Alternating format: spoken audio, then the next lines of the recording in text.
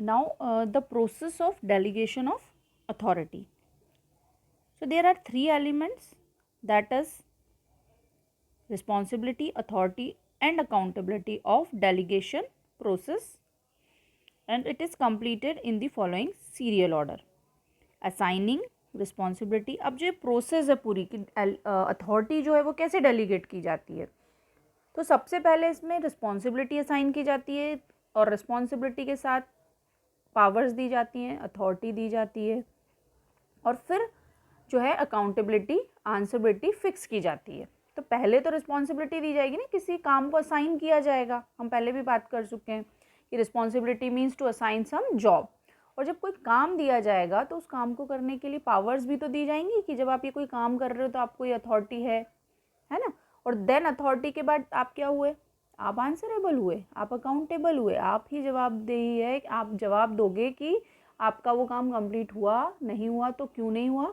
You are the person who is responsible, to whom the responsibility is delegated and authority is delegated. लेकिन accountability आप किसी और को नहीं बोल सकते कि नहीं नहीं नहीं आई एम नॉट आंसरेबल। अगर आपको डेलीगेट किया की गई अथॉरिटी तो आप ही उसके लिए आंसरेबल हो। So first step in process of delegation of authorities, assigning responsibility. The first step in the delegation process is assigning responsibility. Often no officer is capable to the extent that he can perform all activities on his own.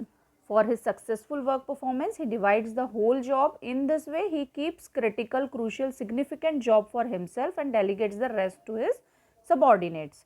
While assigning job responsibility to the subordinates, the job of financing for himself and delegates the rest of the job like accounting, data collection, etc. to his subordinate. देखिए जब assign की जाती है responsibility, जो process है हमारी delegation of authority में, उसकी फर्स्ट स्टेप है असाइनिंग रिस्पॉन्सिबिलिटी।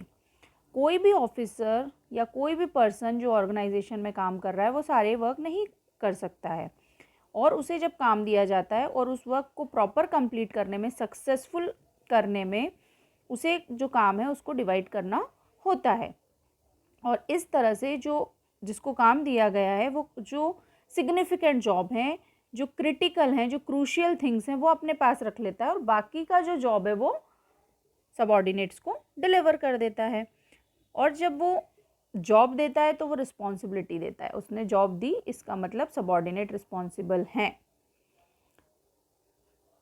और वो जब जॉब और रिस्पॉन्सिबिलिटी देता है तो वो उस पर्सन की कैपेबिलिटी और स्किल को माइंड में रख कर ही देता है। एक एग्जाम्पल से हम समझ सकते हैं कि a finance manager keeps the job of financing for himself. अगर फाइनेंस मैनेजर है तो वो जो मेन रिस्पॉन्सिबिलिटी है फाइनेंसिंग की वो खुद अपने पास रखेगा, लेकिन उससे रिलेटेड जो जॉब्स हैं लाइक अकाउंटिंग, अकाउंट्स मेंटेन करना, डाटा कलेक्शन करना, ये वो अपने सबॉर्डिनेट्स को दे सकता है। इससे उसका काम भी डिवाइड हो जाएगा और जो अल्टीमेट वर्क है वो उसके पास रहेगा। तो सबसे पहले डेलीगेशन ऑफ अथॉरिटी प्रोसेस में रिस्पॉन्सिबिलिटी असाइन की जाती है और वो इस तरह से असाइन की जाती है। I hope this is clear. Now next is granting authority. The second step in the process of delegation is granting authority for successful work performance. अब जब रिस्पॉन्सिबिलिटी दी गई है तो मैंने आपको पहले भी बताया कि उस काम को सक्सेसफुल करने के लिए अथॉरिटी भी दी जाएगी उस सबॉर्डिनेट को। अगर नहीं दी गई तो उस काम को करने के लिए कोई मीनिंग नहीं है, मीनिंगलेस है अगर वो नहीं दी जाती है तो। Thus all the needed authority should be delegated for the fulfillment of a responsibility. So जो भी लगता है कि हाँ ये अथॉरिटी दी जानी ज़रूरी है तो वो उस रिस्पॉन्सिबिलिटी को फुलफिल करने के लिए वो अथॉरिटी दी जानी ज़रूरी है। For example, when a chief manager delegates responsibility of purchase department to the purchase manager, then he gives authority to the purchase manager like purchasing of raw material, stocking, inventory, division of work among his subordinates, etc. जब कोई chief manager purchase manager को कोई काम देगा तो वो ये authority तो देगा ना कि वो रॉ मटेरियल परचेज करे, स्टॉकिंग करे, इन्वेंट्री करे, अपने सबॉर्डिनेट्स को चाहे तो डिवाइड करके टास्क दे। सो ये जो अथॉरिटी है एक चीफ मैनेजर अपने परचेज मैनेजर को देगा ही देगा। ये हो गई अथॉरिटी देना।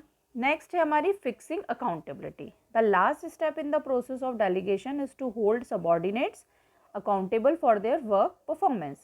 Every subordinate is just accountable to that officer who delegates authority for the fulfillment of job responsibility.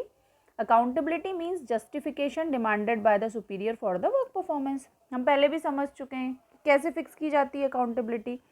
Accountability जैसे चीफ मैनेजर ने अगर परचेज मैनेजर को कोई काम दिया तो कौन रिस्पॉन्सिबल है? परचेज मैनेजर के अंडर जो काम कर रहे हैं सबॉर्डिनेट्स वो रिस्पॉन्सिबल नहीं है। रिस्पॉन्सिबल वो सिर्फ परचेज मैनेजर तक हैं।